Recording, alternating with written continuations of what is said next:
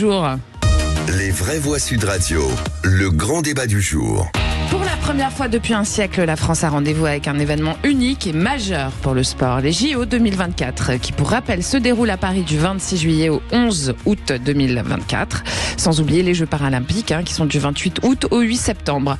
Les premiers athlètes sont arrivés au village olympique hier et l'enthousiasme monte, selon un sondage de nos confrères du Parisien. Alors, cette grande fête que nous espérons spectaculaire et unificatrice sera-t-elle aussi un levier majeur d'attractivité et une opportunité de développement économique pour tout le territoire?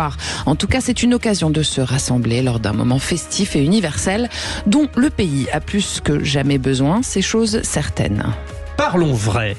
Des Kenyans, des Colombiens, des Coréens, des sportifs de toute la planète s'entraînent dans nos régions depuis quelques jours. Certains se sont déjà installés dans le village olympique. Des gens du monde entier parcourent en ce moment même les rues de la capitale et des villes hautes, Marseille, Lille, Saint-Étienne. Et puis nos sportifs envahissent nos écrans, souriant, quémandant notre soutien. Les frissons nous traversent. Il se passe quelque chose d'historique en France. La question du jour, allez-vous suivre les Jeux olympiques et paralympiques? Alors ça a tout petit peu bougé d'1% sur X. Vous dites non à 90%. Vous pouvez continuer à voter pour dire oui aussi, vous savez. Et donner votre avis évidemment au 0826 300 300, même si vous n'avez pas envie de suivre les JO en question. Nos vraies voix déjà? Oui, on les a dit déjà à l'instant. Non, mais justement, sur leur avis. Oui, d'accord. Anne-Laure Rousseau, vous êtes sportive, ça va vous passionner? Moi, je trouve ça hyper drôle, les JO. Enfin, il y a plein de catégories de sports qu'on connaît pas. J'ai découvert qu'il y avait des JO de trampoline, voilà, par exemple. Donc, je pense que ça peut être assez drôle à voir. Je me souviens qu'à Tokyo, j'avais découvert les JO d'escalade. Je savais même pas qu'il y avait. Enfin, en fait, ça paraît logique qu'il y en ait. C'était la première fois l'escalade à Tokyo, et là, on remet ça. Et c'était assez impressionnant à voir. Et puis, il y a quand même des gens qui font de ça leur métier. Alors, franchement, c'est quand même l'occasion pour eux de se montrer et nous de le voir, et peut-être des jeunes de se lancer. Pourquoi pas? Joseph Touvenel, c'est aussi finalement ce que je disais un petit peu dans l'introduction. Les JO, ils vont contribuer à renforcer l'unité nationale normalement et peut-être une espèce de forme de fierté collective. On le verra. Alors là, les réponses, moi j'aurais tendance à dire, bon non, les JO, je vais pas les suivre, etc. Et puis l'esprit chauvin va gagner, et dès qu'il y aura l'espoir d'une médaille, d'une victoire française, tout le monde va regarder. Précipiterai derrière mon poste pour applaudir et pour insulter l'arbitre si on n'a pas la médaille. Enfin, vous ne faites pas ça, Joseph. S'il n'y a pas la médaille. Pas vous, Joseph. Puis je vais remarquer, vous nous avez parlé de ceux qui arrivaient, qui s'entraînaient, les équipes étrangères, mais les Parisiens s'entraînent depuis déjà plusieurs semaines en évoutant les blocs de béton, les barrières, les trous, etc. Les travaux. On est à fond, on est à bloc, on est échauffé. On a vu arriver d'ailleurs c'est hier matin, il y en avait plein Paris, cette délégation étrangère tout en bleu avec un sifflet, un carnet à souche, qui récoltait 135 € par personne. Oui, c'est vrai. Ouais. Que ça soit piéton, vélo, voiture. Donc, on est à fond, on est à bloc, on est dedans.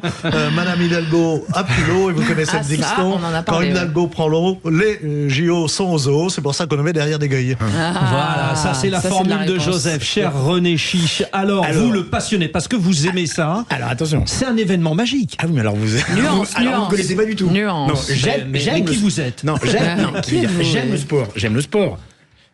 Mais vous voyez, pour moi, les Jeux Olympiques, je ne suis jamais friand. Parce que d'abord, comme l'a dit si justement Anne-Lorraine, il y a d'abord une multitude de sports, de disciplines. Donc effectivement, il y a de l'escalade, il y a du trampoline, et il y a du skateboard, il y a du pentathlon, il y a du breakdance, et le pentathlon. Oui, alors justement, bientôt ils vont nous mettre aussi du baby-foot, de la chasse aux papillons. Vous voyez, moi je trouve qu'en fait les Jeux Olympiques, c'est devenu une sorte de gâteau énorme à la chantilly, et quand il y a trop de choses... Vous n'aimez pas la chantilly, René Chiche? Non, mais quand il y a trop de choses, je trouve ça un petit peu, moi, écœurant. Puis d'ailleurs, en plus, moi, il y a tellement de sports, tellement... Alors en plus, c'est assez compliqué, les Jeux Olympiques. Je sais que vous êtes un grand journaliste sportif, un grand fan de sport, mais c'est compliqué. D'abord, ça tombe pendant les vacances. Alors moi, je voulais dire, je vais regarder juste la cérémonie, même si je serai en France, pas à Paris, mais je vais quand même regarder la cérémonie. En tout cas, vous venez de battre le record de rapidité de phrase, là. Ah oui, je vais regarder la cérémonie. Par contre, les épreuves, je ne peux pas regarder, à part peut-être un classique, je vais peut-être regarder 100 mètres, voilà, le sprint, 100 mètres. Mais vous voyez, il y a tellement de choses, je trouve qu'on s'y perd. Il y a les qualifications, le premier tour, le second tour, on passe du judo, allez, tout d'un coup c'est l'aviron, après on n'y comprend plus rien, excusez-moi. Moi je ne suis pas du tout friand. Enfin, autant je suis friand trop de choix, tu le choix, quoi. Laissez-moi parler, Madame Belair. Oh là là, j'ai pas Laissez-moi parler, je n'ai parlé que 10 minutes. C'est le dernier jour, ensuite je quitte la France, alors laissez-moi parler. Ah bon? Non, je plaisante. Non, ce que je veux dire, excusez-moi, je plaisante bien sûr. sûr, vous me connaissez. Non, ce que je veux dire, c'est que... tout excusé. Qui vous connaît, qui ne vous connaît pas? Vous connaissez. Non, ce que je veux dire, c'est que... Arrêtez de couper René. Non, ce que je veux dire, autant un seul événement j'adorais, la Coupe du Monde de foot, le tournoi à destination, Roland Garros, le Tour de France cycliste. Le Tour de France, Merci. un peu moins qu'avant, mais quand même, c'est un petit peu, mais un peu moins qu'avant, quand même. Un grand match de boxe. Mais les JO, tout ça, pendant combat 3 de semaines. boxe. Un combat de boxe. Oui, pardon. Attention. Bah, j'ai fini alors. C'est pas un match. Ouais. Allez, 0826 300 300. Vous savez, vous, auditeurs de Sud Radio, vous pouvez réagir. Est-ce que vous Mais c'était entendez à intéressant notre ce que j'ai dit quand antenne? même, non Oui, mais est-ce que moi je peux. Cette fois-ci, c'est Judith qui parle. Voilà, hein, René. là je Bon. parle. Bon. Là je parle et j'accueille nos auditeurs. Alors, déjà, Corinne qui nous appelle de Chamonix et qui est notre auditrice fil rouge. Oui, bonsoir. Alors, et je voulais dire à Monsieur Touvenel que je suis Lorraine aussi, je suis née à Yange. c'est Sentez très dans la voix l'intelligence, la sensibilité et la beauté. Faut pas exagérer. Alors Corinne, vous, tout ce qui vous intéresse, c'est que vous êtes contre la politique de Macron et que vous vous en foutez, on peut parler vrai sur Sud Radio, des JO. Vous n'êtes pas passionné? Mais moi je considère que, vous savez, donner des jeux pour faire croire à une société décadente, qui a des dettes, que rien ne va, que rien n'avance, qu'il n'y a pas de social, que les jeux vont nous réunir ou vont faire des belles choses. Je pense que nos sociétés vieillissantes, nos sociétés décadentes, elles devraient plus organiser des Jeux Olympiques. D'ailleurs, plus personne veut vraiment les avoir. Donc, moi, ça m'embête que le peuple se réunisse sur des jeux. Le peuple devrait se réunir sur des fondamentaux, c'est la laïcité, c'est l'entraide, c'est aider les pauvres, aider les handicapés, aider les gens sans abri. C'est un peu ce que véhiculent les Jeux Olympiques. Les Jeux, oui, aider les handicapés, l'Union nationale. Tout en bloquant les trottoirs quand même pour. Non, oui, parce c'est que vrai.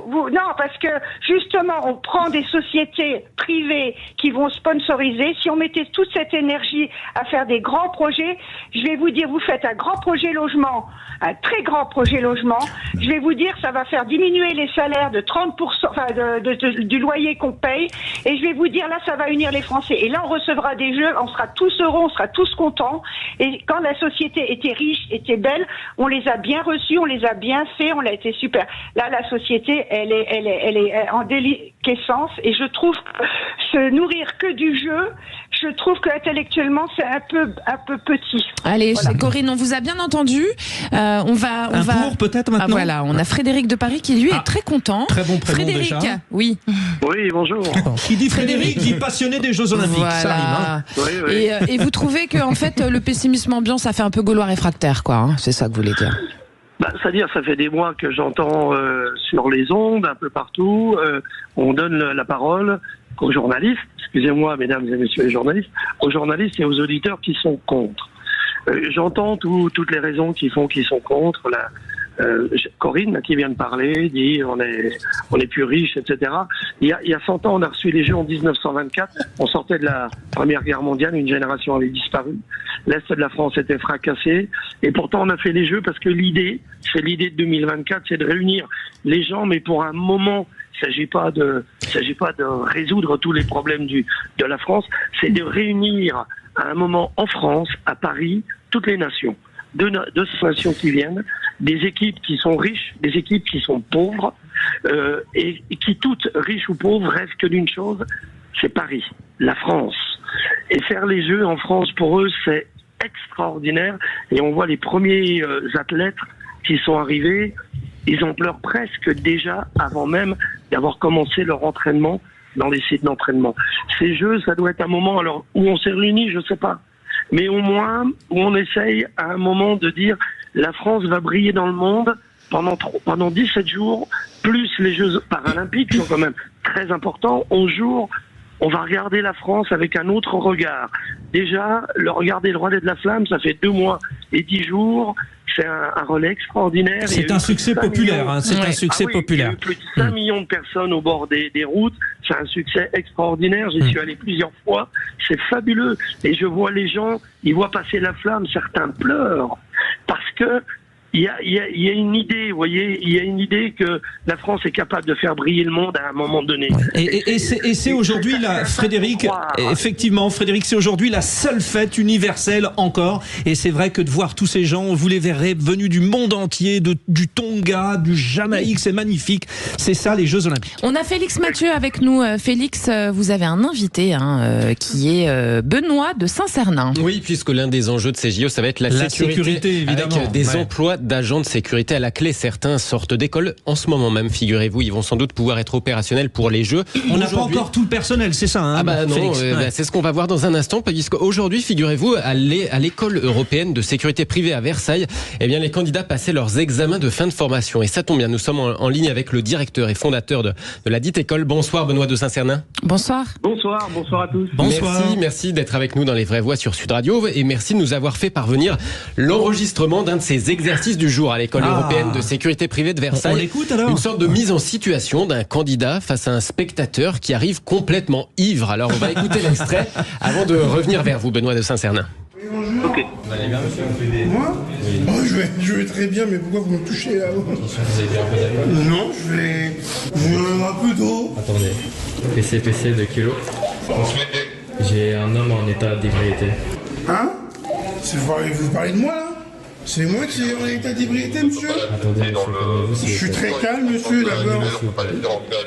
Je peux rentrer là parce que j'ai mon billet. Ça va pas être possible de te rentrer. J'ai payé mon billet. Oui, mais vous n'êtes pas dans votre état normal, monsieur. Laissez-moi rentrer là. PC 2 kilos. Le monsieur devient agressif. Je suis pas agressif. C'est quoi ça? Il y a reçu. Bon, alors c'est ce qu'on appelle un cas pratique. On espère que vous n'avez pas fait boire un figurant. J'imagine que c'est très bon comédien. Un examinateur qui joue le rôle du monsieur ivre. Est-ce que le candidat qu'on entend face au monsieur réagit bien? Oui, absolument. En fait, ce genre d'exercice pratique fait qu'on va confronter nos élèves à des situations difficiles. Là, vous avez eu le monsieur avec un coup dans le nez. Vous avez le monsieur qui n'a pas de passe pour entrer dans la zone VIP, mais il connaît le président, donc lui, il doit passer et il force. Vous avez des gens qui cachent quelque chose sur eux, que ce soit une arme, un couteau ou autre. Et en fait, l'examen, qui est un examen officiel, écrit par le ministère de l'Intérieur, nous oblige à confronter nos élèves, évidemment, à des situations difficiles, parce que la situation du gars sympa qui est content d'être contrôlé, c'est trop facile à faire. Donc, on ne fait que des situations compliquées. Question de nos vraies voix. Anne-Lorraine Rousseau. Et je me demandais comment ça s'est passé par rapport aux forces étrangères qui sont venues filer un coup de main. Est-ce que elles aussi ont eu la même formation? Comment tout ça s'est coordonné? Je ne sais pas si vous en savez quelque chose dans votre école, mais voilà, moi je les croise à Paris et je me dis tiens, les Espagnols aussi. Je me dis comment ils ont été eux formés à ce genre de situation et pour contrôler tout le monde. Alors nous, en fait, en France, on a été missionné par une qui s'appelle le CNAPS, qui est le Conseil national des activités privées de sécurité, qui dépend du ministère de l'Intérieur et qui a fait un super boulot. Je suis ravi d'avoir l'occasion de le dire à l'antenne, mais ils ont fait un super boulot avec France Travail. Et ils nous ont donc demandé de former des Français et de former des étudiants selon un programme qu'on appelle un peu improprement un programme spécial JO. Et nous, on a tourné à plein régime pour ça. Les forces étrangères dont vous parlez, elles arrivent avec des compétences particulières, par exemple des compétences de détection d'explosifs ou de choses comme ça. Et c'est cette expertise-là que la France a sollicité auprès de ces pays. Ce n'est pas la mission qui nous a été donnée à nous de sécurité, si vous voulez, des points d'accès, ce qu'on appelle les points de filtrage. Donc c'était vraiment une autre mission. Et en fait, ce partage, il a lieu tout le temps. Dans tous les grands événements internationaux, chaque pays prête, on va dire, une compétence particulière. Donc là, il est normal que la France ait demandé à ces pays-là, mais c'est pas du tout la mission qu'on a demandé aux écoles comme la mienne. D'accord. Question de René Chiche. Voilà. Bonsoir mon cher Benoît, c'est René Chiche. Est-ce que non mais ça. Bon, bonsoir Benoît. Alors, je voulais savoir combien de temps a duré la formation de ces étudiants et lorsque vous avez certainement dû recaler certains étudiants, pourquoi les avez-vous recalés? Alors, la formation, elle a été écrite par l'État et c'est une formation qu'on a appelée PSGE qui voulait dire préparation à la sécurité des grands événements. Ouais. Et en fait, les premières promotions de mon école, elles ont travaillé à Roland-Garros. Les JO, en fait, c'est un des événements. Et donc, on leur fait passer l'épreuve théorique. C'est exactement comme le permis de conduire. Vous avez des questions, vous en avez 80 et vous devez bien répondre. Vous répondez mal, vous êtes ajourné. Premier type d'ajournement, et chaque élève a des questions différentes. Donc, ça sert à rien de regarder sur son voisin. Et ensuite, vous avez l'épreuve dite pratique, c'est l'extrait sonore que vous a passé Félix tout à l'heure, où là, le jury va contrôler si la personne est capable de gérer une situation compliquée. Et malheureusement, aujourd'hui, c'était la dernière session, on en a passé 71, on doit avoir au moins 4-5 échecs de gens qui ont soit raté l'épreuve théorique, sur combien, soit ont raté l'épreuve pratique. Sur 71. Les 71, à la minute où je vous parle, on en a déjà 5 qui ont échoué, ce qui est triste. Et à la minute où je vous parle, à 10 mètres de moi, les examens continuent parce que je pense qu'on n'aura pas fini avant 20h, parce que c'est assez long de faire passer tout ça. Et il y a beaucoup de stress évidemment chez les jeunes, mais il faut reconnaître qu'on a eu beaucoup de candidats, parce que quand même, une dame parlait avant moi de l'argent dépensé, etc. Il est vrai que l'État a dépensé de l'argent pour attirer des gens dans le domaine de la sécurité privée avec des super primes d'incitation. Par exemple, les élèves que j'ai aujourd'hui qui terminent à l'école, ils vont tous toucher pratiquement 950 € de primes pour être venus à l'école et pour avoir passé les examens. C'est un cadeau, c'est une prime. Donc ça a été remarquablement fait. Hyper bien géré par France Travail et le ministère, mais c'est quand même beaucoup d'argent. En un mot, les candidats qui passaient l'examen aujourd'hui, ils pourront être opérationnels pour les JO, ils vont être employables immédiatement. Il y a encore des emplois à pourvoir ? Ah oui, il y en a encore des emplois à pourvoir. Nous, en fait, les élèves qui réussissent aujourd'hui, on transmet dans la soirée au ministère, donc au fameux CNAPS, le Conseil national des activités privées de sécurité. On transmet ceux qui ont réussi et ils vont recevoir dans la semaine prochaine leur carte professionnelle. Et là où c'est vachement sioux, le truc, pour être honnête, c'est que cette carte, elle va permettre à ces jeunes de travailler en sécurité privée sur tous les événements de plus de 300 personnes pendant 5 ans. Les JO, c'est juste le point de départ, en fait. Ouais. Belle aventure professionnelle. Allez, Joseph Touzal, une petite question pour finir. Une dernière réaction, oui. Oui, alors aujourd'hui, on sait qu'il manque encore plusieurs milliers d'agents de sécurité, même s'il y en a énormément et des milliers qui ont été formés. Le problème, c'est que les JO, c'est pas tous les ans. Et donc, est-ce qu'il a été aussi envisagé la suite pour ces milliers de jeunes qui se sont formés, qui se disent ça y est, maintenant je vais avoir une carte professionnelle. C'est pas aussi simple, parce que j'ai vu comment pratiquement on pouvait aller chercher la carte professionnelle. Ça va poser des problèmes pratico-pratiques, mais enfin c'est peut-être pas le moment d'en parler. Mais visiblement, demander à quelqu'un qui habite en grande banlieue d'aller le matin chercher un pass et d'aller chercher un pass tous les matins, parce qu'ils sont renouvelables tous les jours pour rentrer sur les JO, ça va poser des problèmes très pratiques. Mais ces milliers de jeunes formés n'auront pas tous des postes par la suite. Et donc, est-ce qu'on a pensé aussi à la suite pour eux ? Oui, alors et assez vite, s'il vous plaît. Voilà. Oui, en 2 temps. D'abord, toutes les entreprises qui s'occupent de la sécurité des événements en Ile-de-France ont besoin de ces jeunes. Et ils les ont déjà tous appelés. Nous, on en a formé à peu près 300. Et ensuite, il y a une solution qui a été mise en place pour que les jeunes qui auraient envie de continuer puissent continuer leur formation et avoir d'une certaine matière une carte professionnelle définitive. Donc oui, l'avenir a bien été écrit et honnêtement, et le CNAPS et France Travail a fait un boulot là-dessus, nickel. Donc il n'y a pas d'inquiétude. Et la procédure que vous venez de décrire, j'ai donc pas le temps, si j'ai bien compris. Malheureusement, ouais. Mais honnêtement, en fait, c'est beaucoup plus simple que ce que vous imaginez. Et quand les gens sont bien rentrés dans les tubes, en fait, c'est beaucoup plus simple. Merci beaucoup. Merci Benoît de Vive les Jeux Olympiques. On rappelle que vous êtes directeur et fondateur de l'école européenne de sécurité privée de Versailles. Et puis, dans un instant, on va jouer. Le quiz de l'été. C'est le moment préféré du Brindel. Je vous donne le thème tout de suite. Allez-y, faites-vous plaisir. Le thème, on y est, Paris 2024. Ça sera Paris, le thème. Bon, c'est pas vrai. Oui. À tout de suite.